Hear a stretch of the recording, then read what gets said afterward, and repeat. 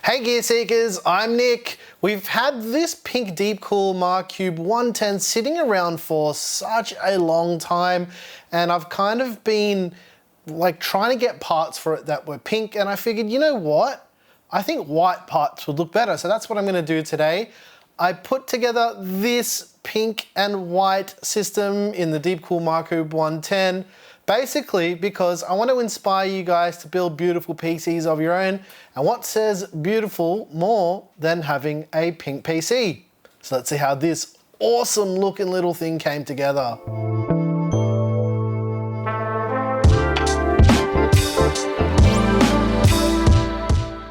As usual with these builds on the channel, we build with hardware that we have here on hand. We all know the world hardware situation at the moment, so, you know, can't really be too fussy with what we can use, and this is not being fussy at all. It's got a 3080 and a 5900X, so let's see how this, I can't even explain. This thing just looks awesome. Let's see how this little pink beast came together. This thing's cool. I love it.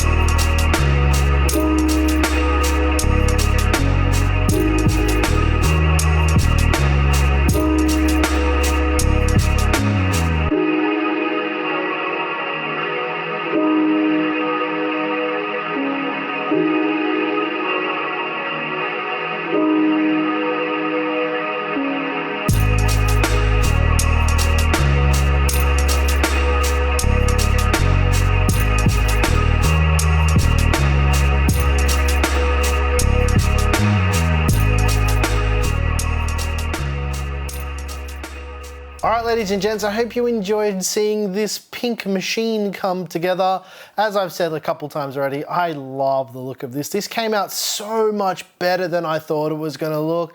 And that's the thing with this build, it's purely for aesthetics. Honestly, if I had a choice, I probably would have put not such a hot CPU in here, maybe the 5600X, but that CPU is tied up at the time of putting this video together in one of our other systems we haven't torn apart yet. We just haven't got around to pulling it apart yet.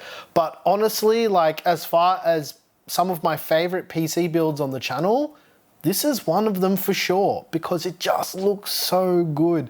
And I honestly would have this on my desk. I don't care that it's pink. I think it just looks really, really, really nice. Now, I didn't bother benchmarking the system or doing thermals or anything like that because, as I mentioned the other day, not every build video needs to have a million graphs. It doesn't really matter about the performance. It's a 5900X and a 3080.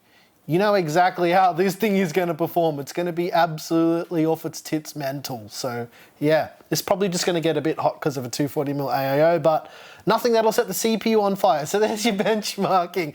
Speaking of, let's chat about all of those parts. So as I mentioned already, the CPU is the AMD Ryzen 9 5900X. We put that 5900X on the ASRock B550M Steel Legend. Not Still Legend, Steel Legend. I have an accent, I'm from Australia. Steel Legend.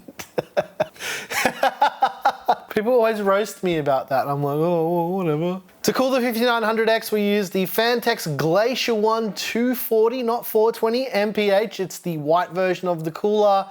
I think it looks pretty sweet. I've used this cooler a couple times. I actually daily drove this cooler for a long time and it's really, really nice looking. The RAM is 32 gigs of that good old Team Group ARGB Extreme White Edition. The GPU is the Asus ROG Strix RTX 3080 Gundam Edition. It's the only white GPU I've got available at the moment, and truth be told, it really suits this pretty freaking well. I'm sorry, I keep going on about it, but this is easily one of my favorite looking builds that I've ever done. It just looks so cool. I actually really like this thing, it's sick. When I finished it, I was like, whoa, that looks sick. For fans, we went with the brand new Lian Li AL120 fans. There's 6 in total, there's 2 on the AIO. I squeezed 3 up the front because you can just about fit them up there, and there's 1 on the rear as well. The cable extensions are custom made silver and white cable mod cable extensions.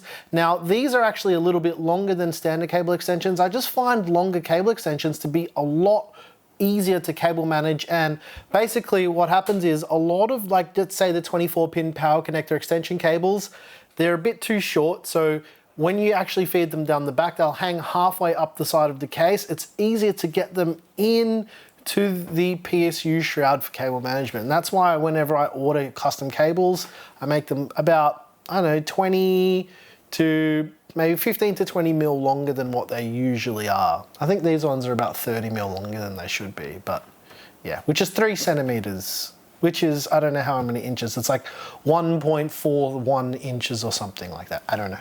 As far as all the lighting and everything's concerned, I actually configured all of the lighting in AuraSync for the GPU and the RAM, because you can actually use AuraSync for some of these boards if it's just the RAM. I did the lighting setup for the motherboard, so for the I/O cover and whatnot. I just did that in the BIOS because that's one of the nice things about ASRock boards. You can do RGB in the BIOS. More motherboard vendors need to do that. Please listen up.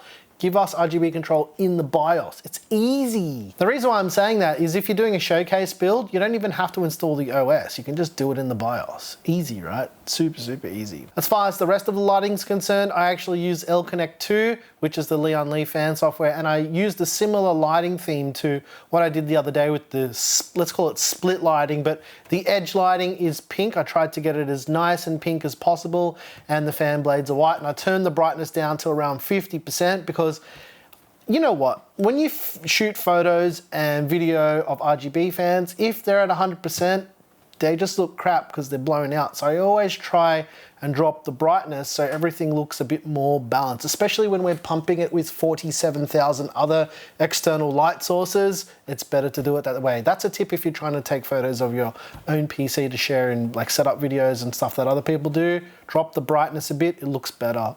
If I missed anything that I chatted about in this video, there's a PC part picker list down below that'll have everything, but I'm pretty sure I talked about everything except the power supply and the M.2. Not really that important because this is purely a showcase build. And I did this build to inspire you guys to build beautiful PCs of your own. And by God, is this thing beautiful. I love it. What do you reckon, Claire?